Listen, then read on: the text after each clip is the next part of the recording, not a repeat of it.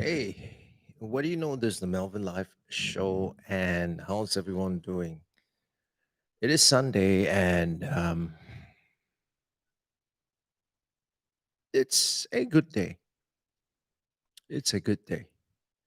So, how's everyone doing? And today, I want to touch on the part about pay to play. It's pay to play even a viable strategy for the one person business? So, in this on this channel itself, we talk about the one person, 1 million all digital business. And one of the thing that I've always been on the fence, it's whether to engage in this pay to play strategy. And I'd like to share with you some of my experiences in that arena, and so that you have a better idea of whether how this can work for you. And so, if you haven't already subscribed, please take this time to subscribe to the channel, because this is where I share about lessons in building a one person, 1 million all digital business that can help you resolve the challenges that you face. The biggest challenges that you face in getting started, or in growing, or in building this one person all digital business. All right, let's get to it. So, a long time ago, well, at least in the internet world, a long time ago, there was this thing called Facebook pages. And it was really, the best invention ever since sliced bread. And the reason for that was the following, because prior to Facebook pages, what some companies and individuals, coaches, speakers, consultants, gurus, what they have been doing was that they had been creating a Facebook profile, and then using the Facebook profile to spam people in terms of promotional. And to be fair, some of them provided real valuable educational content. And many of these people very quickly max out the number of friends that they could have. And so when Facebook pages was being rolled out, many of these people started to convert their Facebook profile into a Facebook page. Did you know that you could actually convert your Facebook profile, your personal profile, into a page? And did you also know that there is a possibility to reverse that? Well, I did it before, and so I can tell you that from experience. If you're thinking of doing that, don't. All right. So when Facebook pages first roll out, many of these people were converting their Facebook profile into Facebook pages. And of course, there were others who were keeping the profile, but they were telling all their friends to follow them on their Facebook page. And so they try to keep the Facebook profile, they meaning the users, right? They try to keep the Facebook profile personal and their Facebook pages commercial. And so what people started to do with those Facebook pages was that they started to promote their services, and they start putting out promotional content. Like I said, to be fair, there are some who put out great informational educational content. But by and large, most people, for the most part, what they do is they were just spamming everyone, all their followers and people who have liked their pages with their posts, their promotional posts.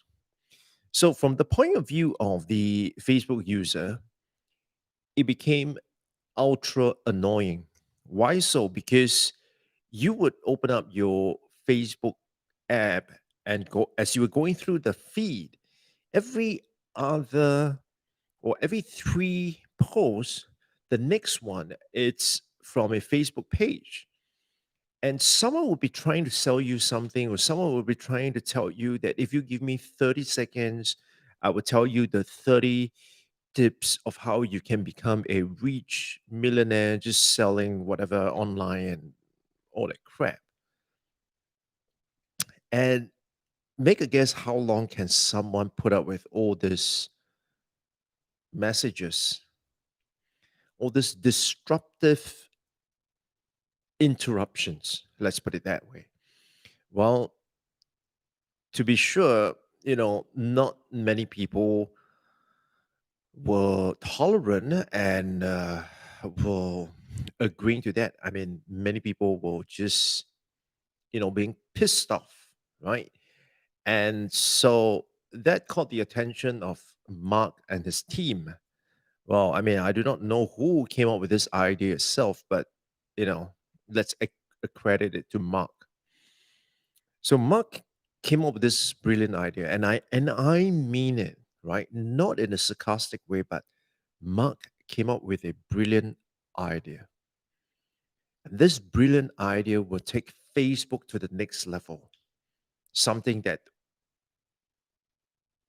we wouldn't be able to imagine at that point in time. But it has made and morphed mm, Facebook into this behemoth that we now know of. This 500-pound gorilla that nobody can ignore. So, what happened was Mark and his team had decided that we got to do something about it, because if this continue, people are going to leave the platform and we're going to be in trouble. And so they came up with this brilliant idea of saying that, hey, as a Facebook page owner, here's what's going to happen.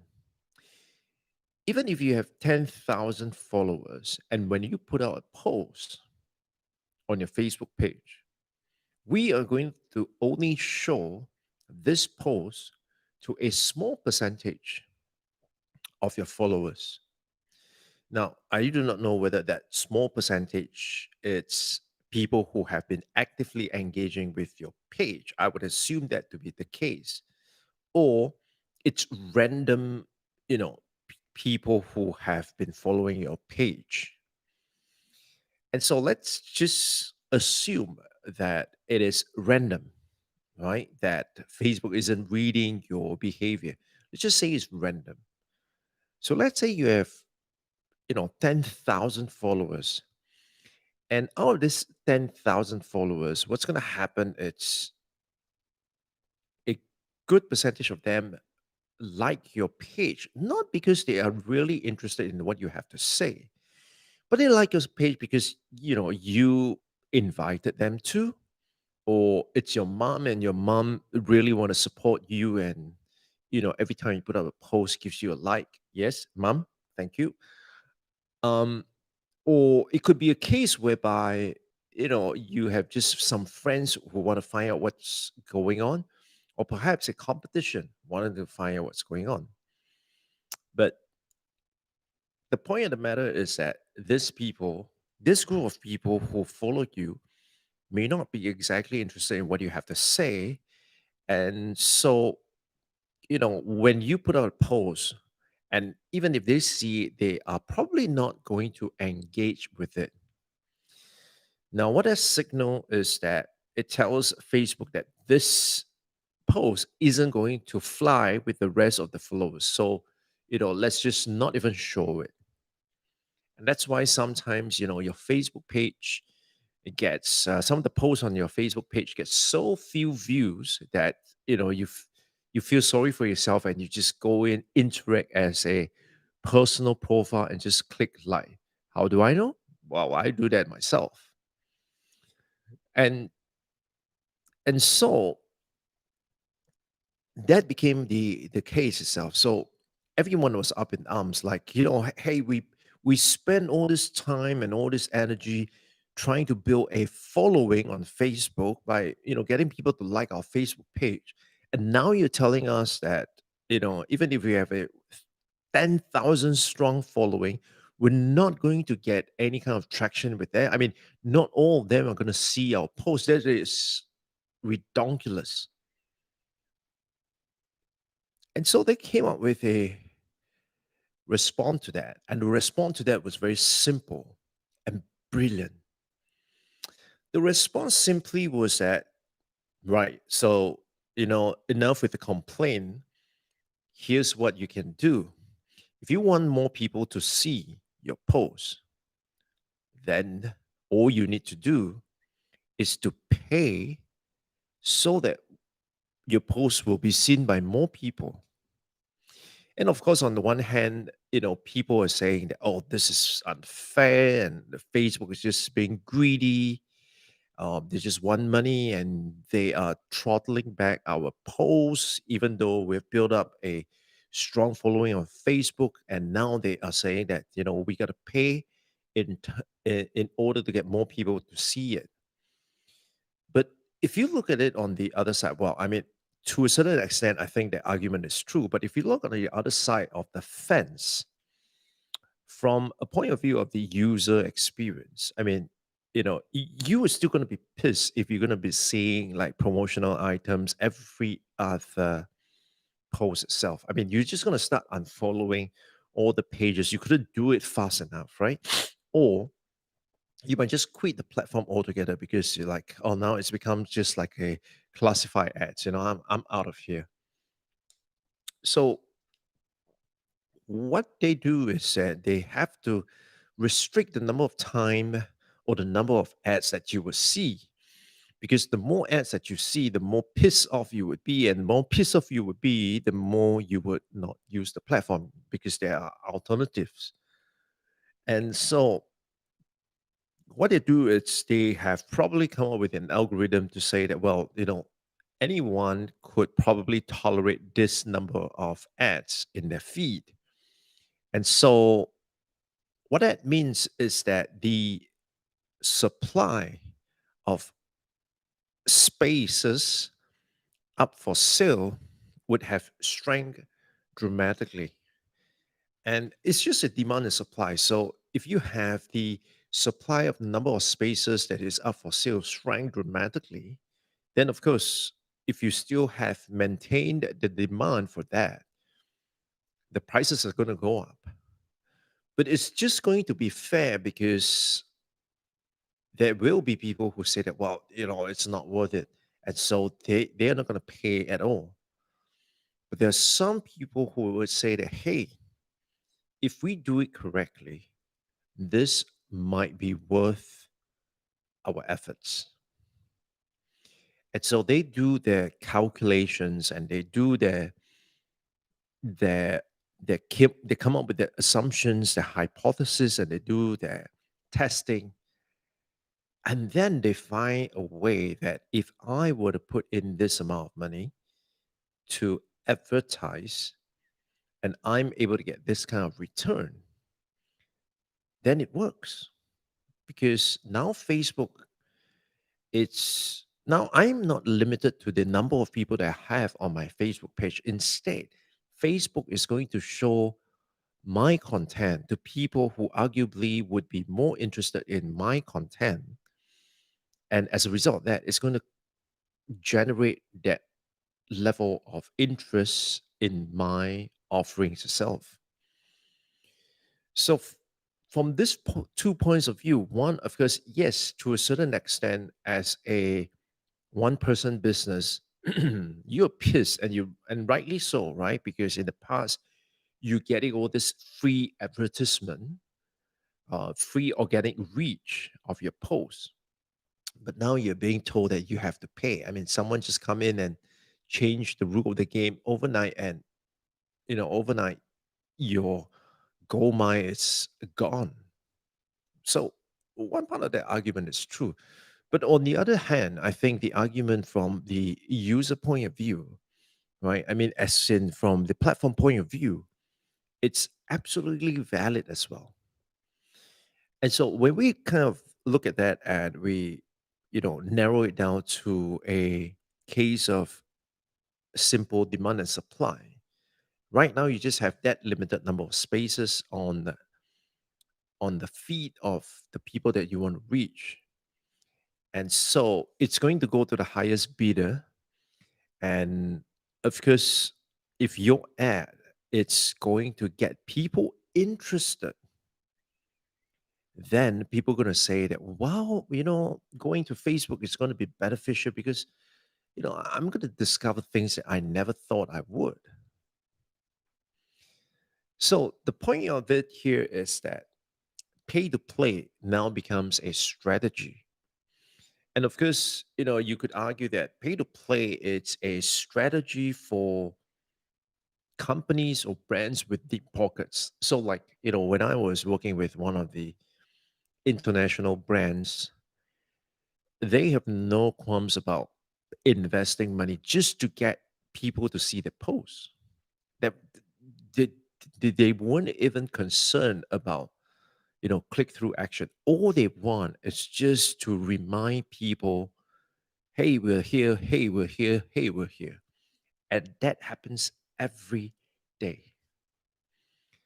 So the question is, do you have the kind of budget, and can you afford just paying so that your content gets put in front of the people and not seeing any kind of return in the short term at all? So how does this work? We won't go into details in this video itself because from here we can dive deep into the specific strategy, and depending on the way you're at, we can go deep into that. So if you're interested in exploring this as a strategy, then obviously leave me your comments, leave me your questions in the comments, or send me a DM or send me an email, hit me up on Twitter, and we can talk more. But the point is this. So there are essentially three objectives that you may want to have. The number one objective is that maybe you're new, right? Maybe you're new to the market. And so all you want to do is to get people to be aware of you. So that's one objective. The second objective is, people are already aware of you, and they are also aware of the problem. They are now looking for a solution. And so in that second category, you want to get people to consider what you have to offer. And then the last category is people who have already considered and they have shortlisted what you offer as one of the potential candidate. Now it's just that additional push to get them to buy, and not just to buy, but to buy now. And so that is helping them to make a decision, whether you give them a coupon code for 10% off or an extra bonus or whatever the case may be. And so if you think about these three objectives, which ones would be the lowest return in terms of monetary terms, and which one would potentially see the highest return in terms of monetary terms. So obviously, if you're just conducting a awareness campaign, the impact on your bottom line it's going to be minimal, if at all. And so the metrics, if you're looking at awareness, what is the correct metrics that you should be looking at? It's not sales. I mean, it could, but it's not going to be sales. It's probably going to be number of people who subscribe to your newsletter, or number of people who like or who subscribe to your YouTube channel, whatever the case may be, right? So that would be your return. And so, of course, you, as a business person, you would want to dive deep and say that if for every $5 that I spend and I'm able to get 20 people who are genuinely interested in what I have to say, to subscribe to my channel, to engage with my content, $5 a day, 20 people. If I spend, if I do that for 10 days, that will cost me $50, but that's going to get me 200 followers. $50 for 200 engaged followers, people who are going to be caring about and knowing that your content is going to help them, then obviously, that is something worth considering. Can you spend $50? Can you spare $50 just to get 200 people to be interested in what you have to say? Well, I think that's a great return, right? And so you can apply the same math to the other two objectives as well. Number of people who will consider. So what does consider mean? Does consider mean asking you for quotation, or does consider means, you know, meeting up with you, scheduling a call? What is it? Right? So determine your metrics and then ask yourself, how much would it cost, or how much am I willing to pay to get someone to be interested in considering what I have to offer? So, of course, here it depends on your closing rate, and it depends on the value of a transaction.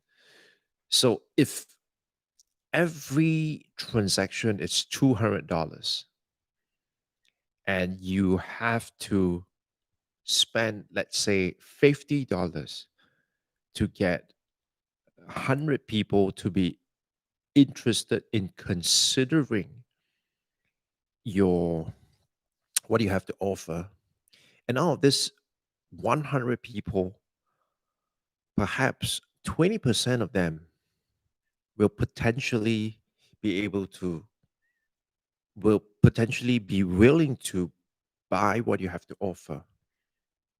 10%, you get 10 people, multiplied by 200, that's 2,000 potentially, right? Could that could work. And so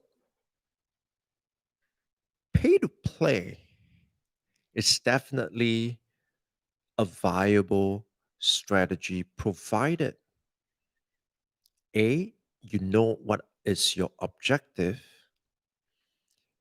B, you know what is the correct metrics to use to measure the success of your campaign, and C, you have a proper process to capture leads, to close the prospects, to be able to convert people who have expressed interest in what you have to offer into a paying customer. If you have that in place, pay to play can be a viable strategy. So now the question is, Will you consider pay to play as a strategy? And if yes, what is the first thing you would do? Right? I would like to know that. Share it with me.